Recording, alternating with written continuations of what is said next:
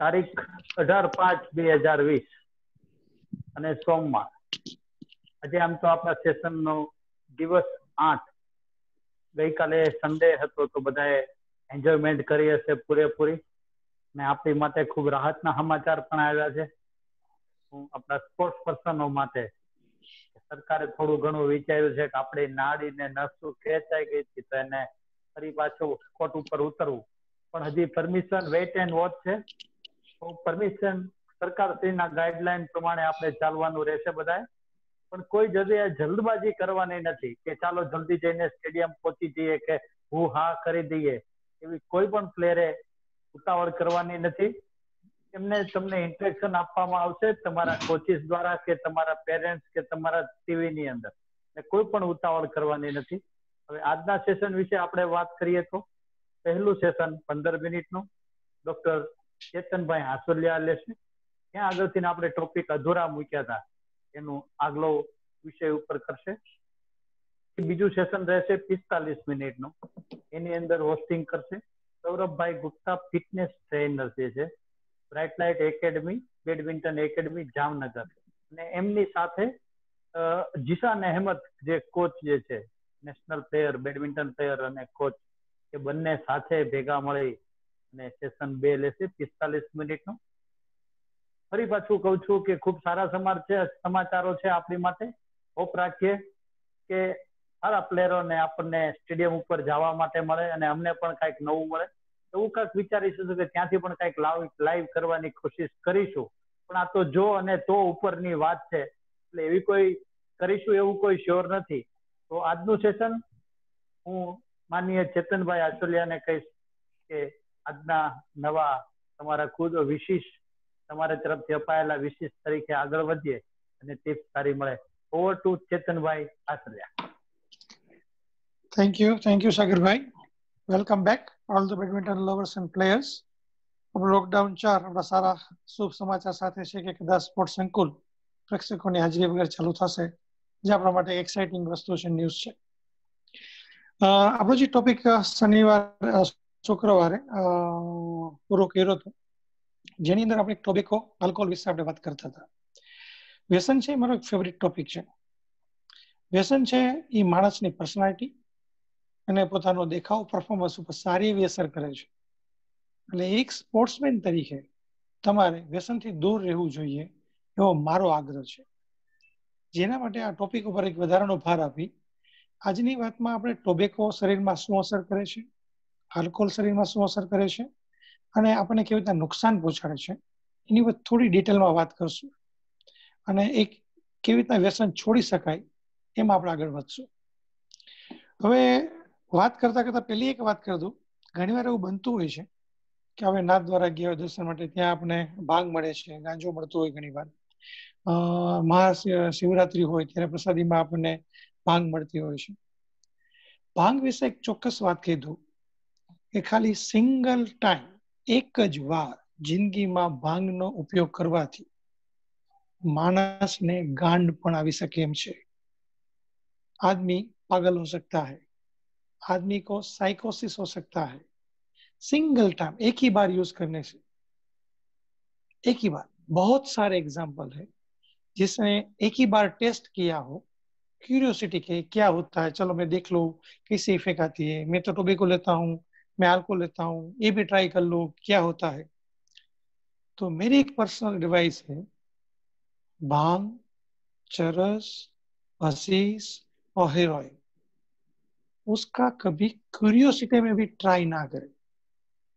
हो सकता है आपकी लाइफ सदंतर कंप्लीट बर्बाद हो सकती है। मेरे हॉस्पिटल में दाखिल होना पड़ेगा, लंबे समय तक मेडिसिन लेनी पड़ेगी और हो सके तो इलेक्ट्रिक करंट भी लगानी पड़ेगी। बेहतर है कि ये जो बात है अपने दिमाग में रख ले, कभी ट्राई नहीं करनी है। किसी को पता नहीं है कि पहली बार का जो सेवन है, पहली बार का जो टेस्ट है, ये आफत दे सकता है, लेकिन ये बहुत गंभीर बात है। कभी भी आपको मिस प्रसादी के रूप में मिले, कई बार बाहर जाते हो तो आराम से मिल जाती है, तो नहीं लेना है, क्लियर बात। हाँ, अब बात आती है टोबैको, बहुत कॉमन है। घर में भी कई लोग होते हैं जो टोबैको खाते हैं, टोबैको खाते हैं, चबाते हैं, पान में, मावा में, फाकी बना के, स्मोकिंग में, बीड़ी में, सिगार में, कई भी तरह के होते हैं। जब थोड़ी मात्रा में होता है तो वो हमें एक्साइट करती है, ब्रेन को एक्टिवेट करती है। पर अगर आप अस्थमा के दम और अस्थमा श्वास के पेशेंट है तो आपको श्वास बढ़ा सकती है, आपका ब्लड प्रेशर बढ़ा सकती है। और अगर ज्यादा डोज में आ गया, और कई बार क्या होता है कि पहली बार मैंने ज्यादा ले लिया, मैं यूज टू नहीं हूँ और मेरी आदत नहीं है, तो मैंने मान लो कि 2 सिगरेट एक साथ पी ली, तो हो सकता है मुझे फेंट आ जाए, चक्कर आ जाए, मैं गिर जाऊं। कई बार मुझे सीजर, मिर्की, आँच की हिस्टोरी आ जाए, मेरा ब्लड प्रेशर फॉल हो जाए। कई बार ऐसा हो सकता है कि मुझे कुछ हो जाए। लेकिन टोबैको है, वो भी एक साथ ज्यादा डोज में ले तो हमें परेशानी हो सकती है। जो यूज टू है लेते हैं, यूजुअली निकोटिन की इफेक्ट 40 मिनट और 50 मिनट्स के आसपास रहती है। उसके बाद आपको थोड़ा डोज वापस चाहिए और आपको बॉडी में क्रेविंग होगा 40 मिनट के बाद। तो आपको हर घंटे 2 घंटे के बाद उसको वापस सेवन करना पड़ता है, अपना जो क्रेविंग है उसको रोकने के लिए। और अगर आप लंबे समय तक लेते हैं तो टोबैको से क्या होता है, आपने शायद वो पैकेट देखा होगा टोबैको का, और बड़े अक्षरों में एक गंदा सा फोटो होगा जिसमें कैंसर है। सबको पता है तंबाकू से लंबे समय के बाद कैंसर हो सकता है, स्पेशली मुंह के कैंसर होते हैं, गले के कैंसर होते हैं, वो कॉमन है।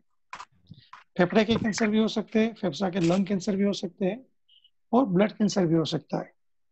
कोई भी शरीर का कैंसर जो टोबैको है उसके साथ वेरी कॉमन है। आपके घर में आप नहीं लेते हो कोई बात नहीं, मगर आपके जो बड़े लोग हैं, बुजुर्ग होते हैं, कई बार लेते हैं।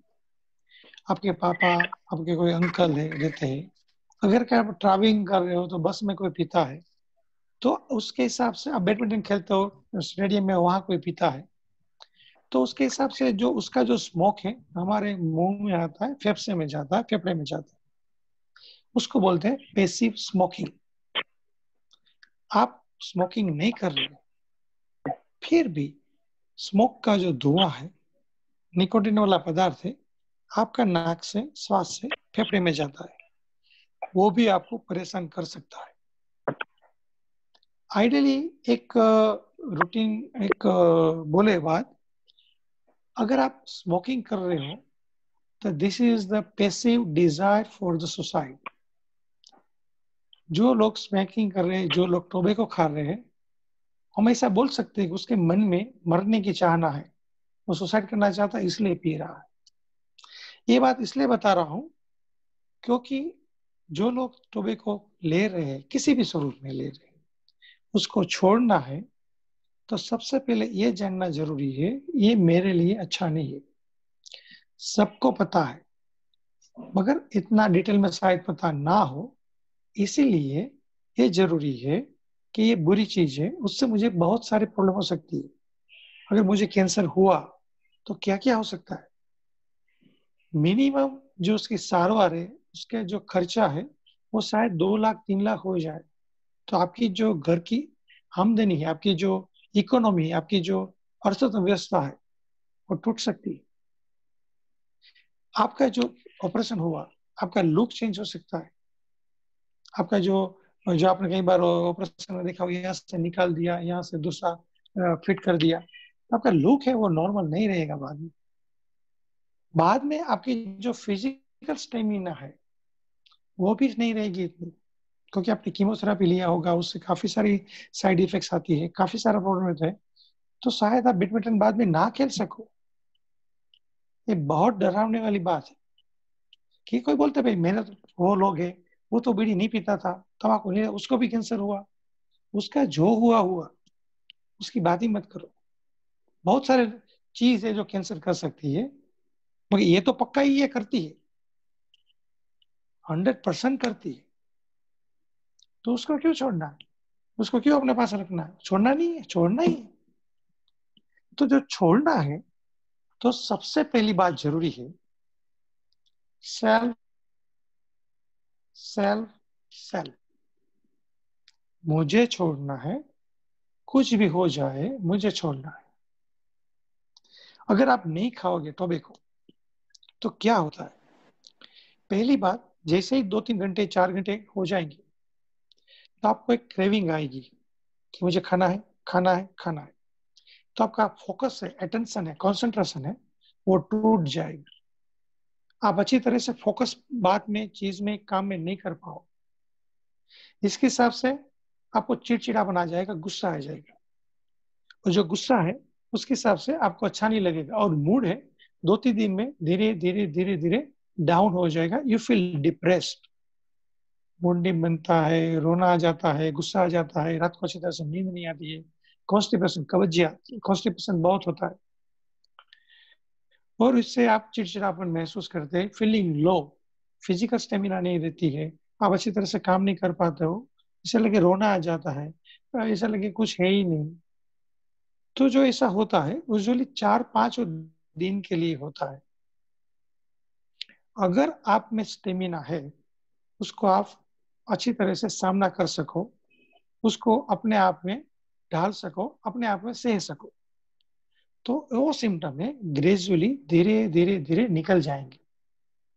तो कई बार कोई लोग क्या करते हैं, भाई एक काम, एक साथ नहीं, मान लो कि आप दिन में 10 सिगरेट पीते हो, तो एक वीक के लिए 9 कर दो, दूसरे वीक के लिए 8 कर दो, बाद में 7 कर दो, और ग्रेजुअली ग्रेजुअली 8 और 9 हफ्ते में आप बंद कर दो। वो इनिशियली आपको ज्यादा प्रॉब्लम नहीं होगा, मगर जैसे हफ्ते बढ़ते जाएंगे, सिगरेट संख्या कम होती जाएंगी, तो पॉसिबल है आपका मन नहीं रहेगा और आपको प्रॉब्लम होगा, तो सक्सेस होने का चांस थोड़े कम है। तो इसलिए अच्छा काम करना है तो डायरेक्ट करना है, नहीं पीनी है, कुछ भी हो जाए। मन में ठान लो, मर जाऊंगा फिर भी नहीं पीऊंगा। ये जो कन्फर्मेंट है आपसे, जो कमिटमेंट है आपसे, अपने आप से कमिटमेंट है, वही आपको आपको से मिस मदद करेगी, आपको अच्छी तरह से सपोर्ट करेगी। फिर भी आपको कुछ प्रॉब्लम है तो आप डॉक्टर की सलाह ले सकते हैं। बहुत सारे निकोटिन के पेचेस आते हैं, च्युइंगम आते हैं, जेली आती है, कुछ पेच आते हैं जो निकोटिन के पेच बॉडी में लगा दो तो निकोटिन आपको सप्लाई करेगा, तो आपका विड्रॉल सिम्टम कम होगा। पर मैंने क्या देखा है कि अब चिगम लेते हैं लोग, सिगरेट छोड़ दिया, टोबैको छोड़ दिया, मगर चिगम तो चालू रखते हैं दिन में 4 और 5 और 6 और 7, तो उससे से भी निकलना है। तो इनिशियली आप सपोर्ट ले लो, जितनी हो सके इतनी कम चिगम लो, 2 और 3 और 4 और 5, उसको भी कम करते जाओ, तो 2-3 महीने में आप टोबैको से 100% बाहर निकलोगे।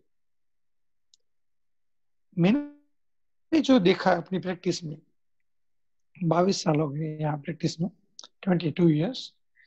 तो लोग क्या करते हैं, मैंने छोड़ दिया, 4 महीने छोड़ दिया, 6 महीने छोड़ दिया, 2 साल तक छोड़ दिया, वापिस चालू हो गया। उसका मेन रीजन है पीएस प्रेशर्स। जो उसके फ्रेंड है, उसके कलीग है, उसके जो बिजनेसमैन है, बोल एक बार ले ले यार। कई बार कुछ स्ट्रेस आता है, बिजनेस में स्ट्रेस आता है, और इसके हिसाब से लोग उसको थोड़ा सा ट्राई करते हैं। ऐसे लोग एक बार भी ट्राई किया, एक बार भी लिया, तो वापिस उस साइकिल में वापिस आ जाते। तो जब भी लेना है तो यू हैव टू डेयर, आपके पास ताकत होनी चाहिए, आपके पास वो हिम्मत होनी चाहिए, नो, नहीं लेना है मुझे। स्पेशली जो कॉलेज गोइंग स्टूडेंट है और 14-15 साल के बच्चे हैं, उसके पास बहुत सारी ऐसी अपॉर्चुनिटी आएगी तंबाकू लेने की, सिगरेट पीने की, अल्कोहल टेस्ट करने की, बियर लेने की।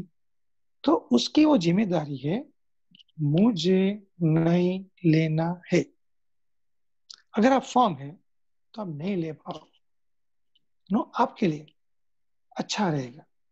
ऐसा होता है कि ऐसा थोड़ा होता है मैं नहीं लूंगा, अभी तक नहीं लिया तो क्या प्रॉब्लम, ऐसा नहीं है। बहुत सारे एग्जाम्पल है जो 12 में 25 साल 30 साल बिल्कुल नहीं ले, मेरे खुद के कजिन है जो कभी भी उसने टोबैको का सेवन नहीं किया था, वो 35 इयर्स की एज में उसने चालू किया, अभी वो पूरा खा रहे हैं, किसी की बात नहीं मान रहे। अपने लड़की की शादी थी, लड़की ने बोला मुझे ये चाहिए, आप मुझे व्यसन दे दो तभी मैं ससुराल जाऊंगी। फिर भी वो काम नहीं कर रहा, क्योंकि ब्रेन है वो कुछ सुनने को तैयार ही नहीं है। मेन, कभी भी अपॉर्चुनिटी आपको लाइफ में मिले तो आपकी जवाबदारी, आपके साथ कोई नहीं खड़ा रहेगा, तब आपकी जो परवरिश है, आपने जो माता पिता के जो आपने गाइड दिया है, आपका जो माता पिता का जो एजुकेशन है, लर्निंग है, टीचर्स का लर्निंग है, आपका खुद का लर्निंग है, आपका खुद का कॉन्फिडेंस, आपकी जो पर्सनालिटी है, वो ही आपको मना कर पाएगी, वरना कोई मना नहीं कर पाएगा। तो tobacco is very common thing. तो मैं एक आपसे हृदय से एक दरखास्त, डेयर टू से नो, हिम्मत से बोलो मुझे नहीं लेना है, नहीं लेना है, नहीं लेना है। अगर आपको उसकी प्रॉब्लम है छोड़ने में, तो मैं हो सके as a human being, I am not God, सबको छुड़वाता नहीं हूँ, जिसको छोड़ना है उसको मैं हेल्प करता हूँ, हेल्प कर सकता हूँ। तो आप मुझे बात कर सकते हैं, तो हो सकता है। Thank you. आज का सेशन ये है, नेक्स्ट कल आगे बात करेंगे। Thank you very much. Yes, sir. हाँ, माइक बंद है ना सागर में आपका।